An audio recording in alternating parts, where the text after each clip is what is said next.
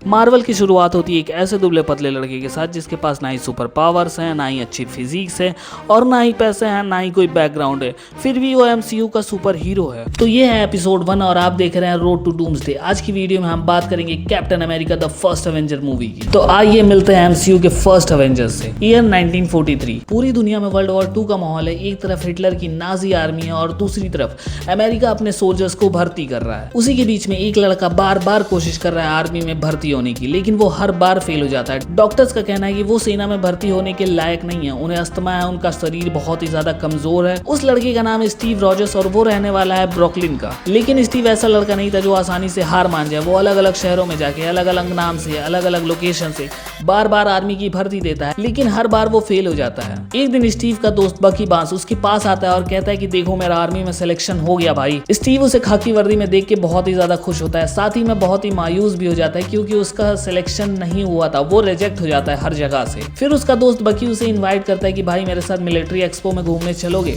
Steve भी हंसते हंसते हाँ बोल देता है और दोनों लोग साथ चले जाते हैं। वहां पे जाने के बाद स्टीव देखता है कि यहाँ पे भी आर्मी की भर्ती हो रही है, तो वो अपना नाम वाम लिखवा के फॉर्म जमा कर देता है। ये सब चीज करते हुए उसे बकी बांस देख लेता है और उसके ऊपर गुस्सा करता है कि भाई अगर तू पकड़ा जाएगा ना तो तुझे जेल हो जाएगी, क्योंकि तू गलत लोकेशन, गलत नाम, गलत एड्रेस, सब चीजें गलत डाल रहा है और ये एक कानूनन जुर्म होता है। इस चीज की तुम्हें सजा मिल सकती है। यही बहस उन सबों के बीच में चलती रहती है, लेकिन ये बहस करते हुए उन्हें एक आदमी बहुत देर से देख रहा होता है। उनका नाम है डॉक्टर अब्राहम एल्स्किन। फिर उसका दोस्त बकी वहां से स्टीव से गुस्सा होकर चला जाता है कि तुम मेरी बात नहीं मानोगे तो तुम जाओ, करो जो मन करे। फिर उसके पास डॉक्टर एल्स्किन आते हैं। वो उसे सेना में भर्ती करने के लिए एक सवाल पूछते हैं कि क्या तुम नाजी लोगों को जाके मारना चाहते हो, और स्टीव का एक प्यारा सा जवाब होता है कि नहीं, मैं किसी को मारना नहीं चाहता, मुझे दादागिरी बिल्कुल नहीं पसंद।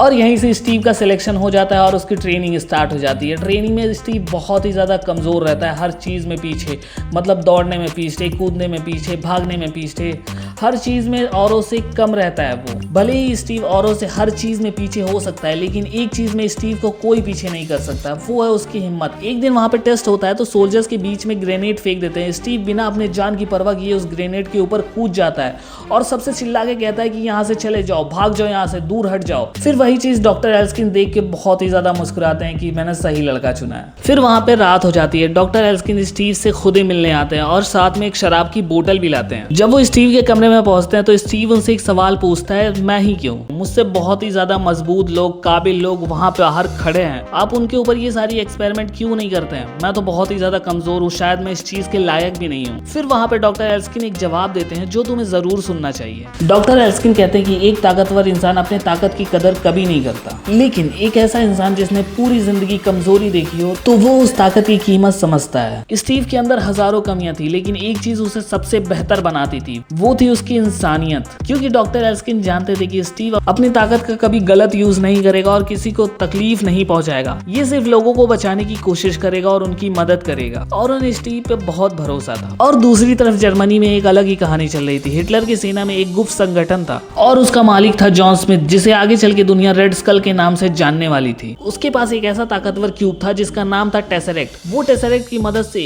आधुनिक हथियार बना रहा था जिससे लोगों को एक ही बार में भस्म कर दिया जाए। रेड स्कल इतना ज्यादा ताकतवर हो रहा था कि उसे रोकने वाला अभी तक पैदा ही नहीं हुआ था। अगले दिन स्टीव को मिलिट्री बेस पे ले जाया जाता है जहाँ पे उसके ऊपर डॉक्टर एल्स्किन एक्सपेरिमेंट करने वाले थे। जैसे ही स्टीव वहां पे पहुंचता है, एल्स्किन उससे पूछते हैं कि क्या तुम तैयार हो?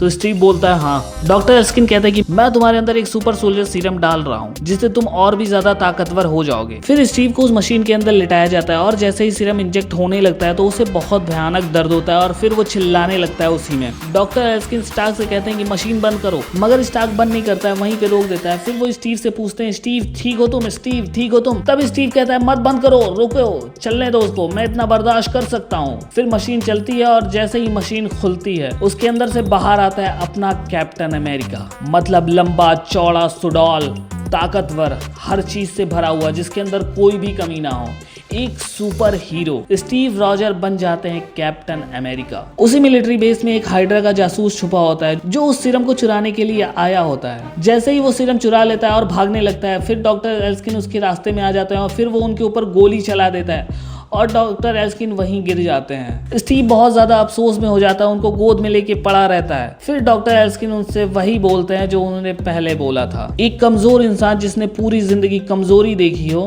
वो अपने ताकत की कदर करता है और उसे अपने ताकत की कीमत पता होती है। ये बात सुनने के बाद स्टीव उस जासूस को दौड़ाने लगता है। वो गाड़ियों से भी ज्यादा तेज भागता है, ऊंची ऊंची छलांगें मार सकता है, लोहे को भी पचका सकता है। मतलब उसके पास बहुत ही ज्यादा सुपर पावर्स आ चुकी हैं और अब वो कैप्टन अमेरिका है। वो उस जासूस को पकड़ तो लेता है लेकिन वो जहर खा के मर जाता है और वो सीरम भी वहीं टूट जाता है। स्टीव जब अपने मिलिट्री बेस पे वापस आता है तो उसके अगले दिन हावर्ड स्टार्क हाइड्रा की जहाज पे रिसर्च कर रहे होते हैं और वो कर्नल से बताते हैं कि इन सबों की तकनीक इतनी ज्यादा आगे है कि हम इस तकनीक तक कभी पहुंच ही नहीं सकते।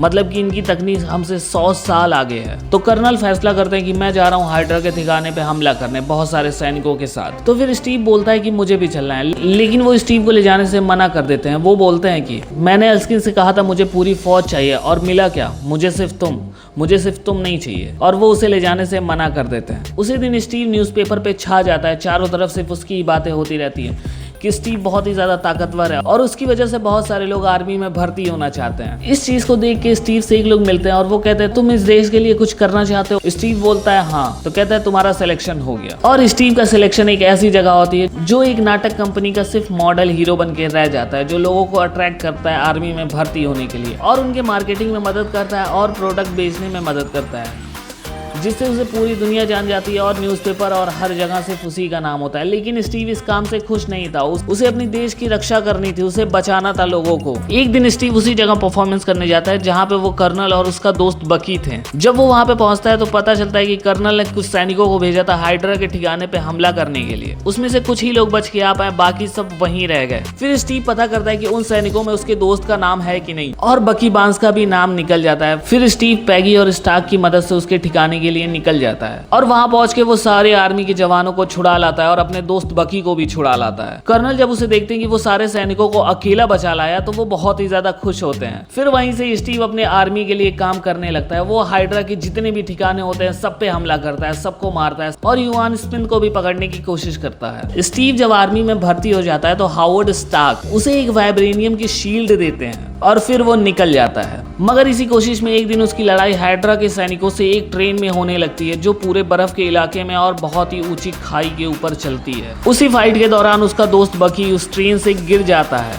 वो उस चलती ट्रेन के ऊपर से गिर जाता है और वो कहीं गायब हो जाता है, शायद मर गया हो। फिर स्टीव वहां से वापस आता है और वो बहुत मायूस हो जाता है। वो सोचता है कि मैं अब हाइड्रा को जिंदा नहीं छोड़ूंगा, हाइड्रा को मैं रोक के ही रहूंगा। फिर वो एक बहुत ही बड़ा प्लान बनाता है जो होता है कि हाइड्रा के मेन ठिकाने पे हमला करना, जिसकी वजह से हाइड्रा को वो पकड़ सके और उसे मार सके। फिर स्टीव सैनिकों को लेकर निकल जाता है हाइड्रा के मेन ठिकाने पे हमला करने के लिए, लेकिन स्मिथ वहां से किसी तरीके से बच बचा के भागने लगता है। वो अपने जहाज में बैठ के उड़ने ही वाला रहता है, लेकिन पीछे से कर्नल पैगी और स्टीव एक कार से उसका पीछा करने लगते। लेकिन उस जहाज के उड़ने से पहले स्टीव उसके टायर पे कूद जाता है और उस जहाज के अंदर घुस जाता है। उस जहाज में घुसने के बाद स्टीव रेड स्कल को मार देता है टेसरेक्ट की मदद से। इतनी फाइट चलने की वजह से जहाज कई जगह से टूट जाता है और स्टीव को इमरजेंसी लैंडिंग करनी पड़ती है। लेकिन लास्ट में वो पैगी के पास एक मैसेज भेजता है, मुझे इस जहाज को यहीं उतारना पड़ेगा, अगर मैंने ये काम नहीं किया तो बहुत सारे लोगों की जान जाएगी। ये जहाज जाके किसी शहर से टकरा जाएगी और वहाँ बहुत सारे लोग मर जाएंगे, इसीलिए मैं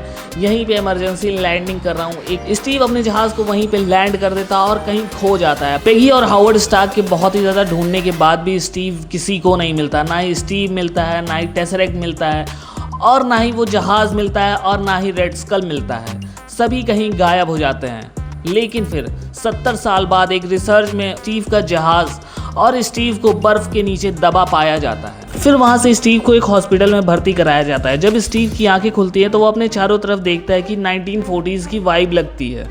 फिर वहां पे एक नर्स आती है। स्टीव उससे पूछता है कि मैं कहाँ हूँ। फिर स्टीव उससे पूछता है कि मैं कहाँ हूँ। वो नर्स जवाब देती है आप न्यूयॉर्क के एक हॉस्पिटल में भर्ती हैं। स्टीव उनसे कहता है कि झूठ मत बोलो, सच सच बताओ कि मैं कहाँ हूँ, क्योंकि इस रेडियो पे जो मैच चल रहा है वो 1941 का है और मैं उस मैच में शामिल था। फिर स्टीव वहां से लोहे की दीवार तोड़ के भागने लगते हैं। सिक्योरिटी उसे पकड़ने के लिए दौड़ाती है, लेकिन फिर वो न्यूयॉर्क शहर के बीचों बीच में पहुंचते हैं, जो इतनी बड़ी बड़ी बिल्डिंगें देख के वो हैरान हो जाते हैं कि आखिर मैं हूँ किस जगह। फिर उनके पास आते हैं फ्यूरी। वो उससे कहते हैं कि मैं तुम्हें ये सारी चीजें धीरे धीरे बताना चाहता। तो स्टीव कहता है कि कौन सी चीजें। फिर फ्यूरी उसे बताते हैं कि तुम 70 सालों से बर्फ के नीचे दबे हुए थे। अब बात करते हैं पोस्ट क्रेडिट सीन की। स्टीव पंचिंग बैग से बॉक्सिंग कर रहे होते तभी उनके पास फ्यूरी वापस आते हैं। फिर स्टीव उनसे पूछता है कि किसी मिशन से आ रहे हैं सर। फिर स्टीव कहता है कि मेरी वापसी के लिए आ रहे हैं या मुझसे कुछ काम है आप। तो फ्यूरी जवाब देते हैं दुनिया को तुम्हारी जरूरत है। फिर वहीं से हमें एक अवेंजर्स की झलक दिखाई जाती है जिसके बारे में हम आगे वीडियो में जानेंगे। अब बात कर लेते हैं थोड़ी हिडन डिटेल्स की।